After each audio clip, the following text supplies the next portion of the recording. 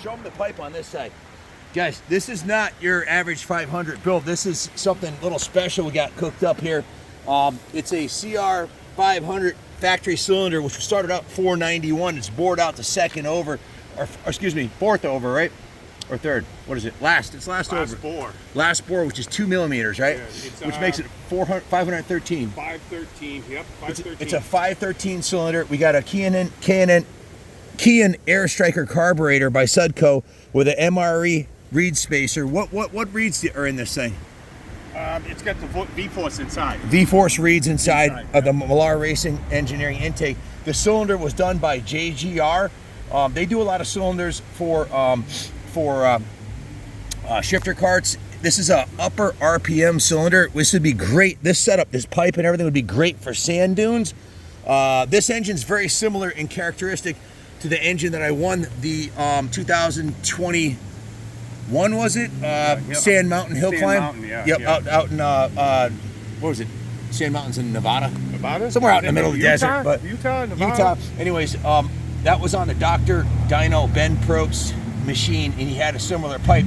This pipe gives you a lot of. This is about a 1.5 horsepower on the dyno over an FMF, right? On top end. But it's all top end. This is not an engine I'd want to race motocross with. Normally I can pull third gear Holeys in the 3 to 7,000, actually 4 to 5,000 RPM. A stock CR500 cylinder has got a lot of meat down low. This one, the cylinder is hogged out. The ports, the intake and exhaust are up probably a couple of millimeters over stock.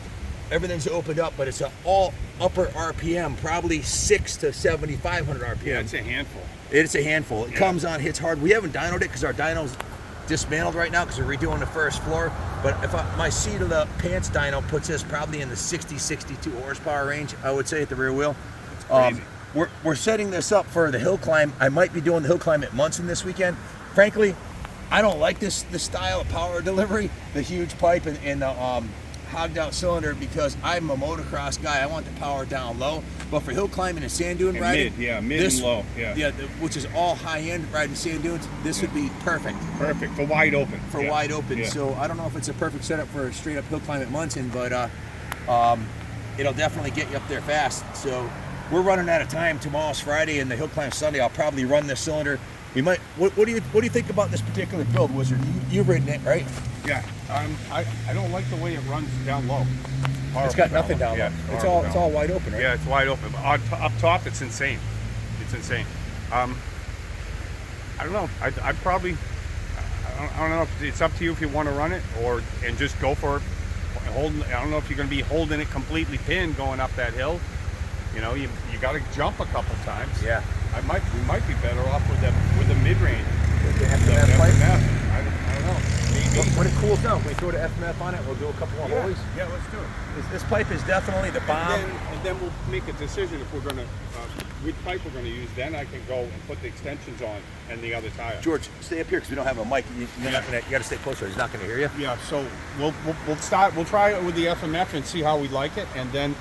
And if we like it with the FMF, we'll go with that. If not, you know, we'll go with this. This is the first time on a 500 I've had actually bog like a 125 CR did back in the days. It doesn't have bottom. It will literally actually bog below 4,000 RPM, but then you hit 5 and it just takes off like a rocket, which on sand is great, but on hard pack I think it'd be a handful. It's almost like a switch. The most horsepower we've ever seen on a CR500 was on our dyno that had a shifter pipe that was a little bit bigger than this, and it was what, 66, 65, 66 horse? Way up The most horsepower we ever saw on a motocross configuration, which was borderline motocross, like almost two pipey, was this pipe right here. It was 62 horse. 62, yeah. 62 rear wheel horse. Yep. This bike's all a 62 rear wheel horse. I don't have the dyno to prove it, but my seat of the pants dyno tells you it is. But I'd rather have 55 horse down low, because I like to crack the throttle at 3,000 RPM, be able to lift it over whoops and stuff like that, and clear little tabletops quickly, and just be able to steer with your rear wheel. This thing, You just point it and hang on. But I guess it's a rocket ship. So we're gonna bring it in, cool it down. This is a brand new build. Wizard just built this. Tell them what the spec is on the build whiz. We put a steel billet crank in it from Adam Lab.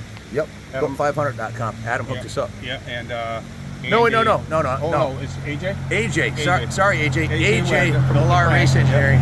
He hooked us up. We got the intake from Adam. Yeah, an intake from Adam, and the CPI pipe, and the cylinder was JGR ported. Yep, Bundy. Yep. Bundy. And we got a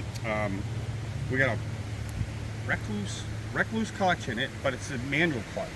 So it's not a slipper clutch. It's not the slipper clutch. It's the manual clutch with the steel inserts and sleeves, so it doesn't bang the basket. And where's the real magic? In the Caaab.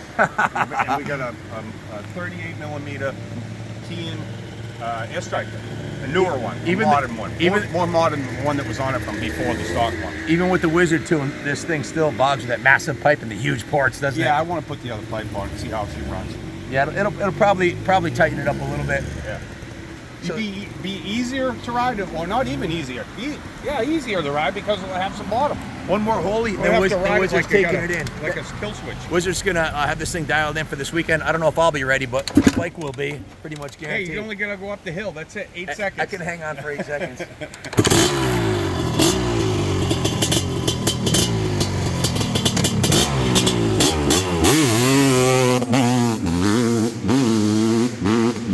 Guys, one of the things that the Manic Mechanic and the Wizard both commented, because they test rode this before I did, was, and I forgot to mention it, with this billet crankshaft with the Wozner rod built by Built500.com, we believe it's balanced better than the stock cylinder because it's vibrating less.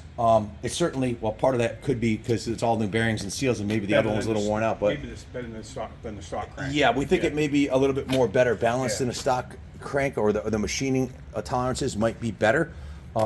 Certainly, I don't think that huge pipe is helping with the vibration at all because the mounts aren't quite as good as a stock one, or as good as the FMF. But certainly, that's been my experience too. Junior's bike had the same crank. These Built500.com cranks and the Wozner rod, the tolerances are just so low vibration. Yeah. Excellent upgrade to your bike. The Steiger graphics are going on it soon. Right now, we got ghetto graphics on And it. a new graphics. seat cover too. A new seat cover. Yep. And This one's got a rip. And I've run this for 4 years, man. That's my personal bike, but I got a new seat cover coming for it, and yeah, we'll have it ready in no time. Thanks for watching, and God bless America.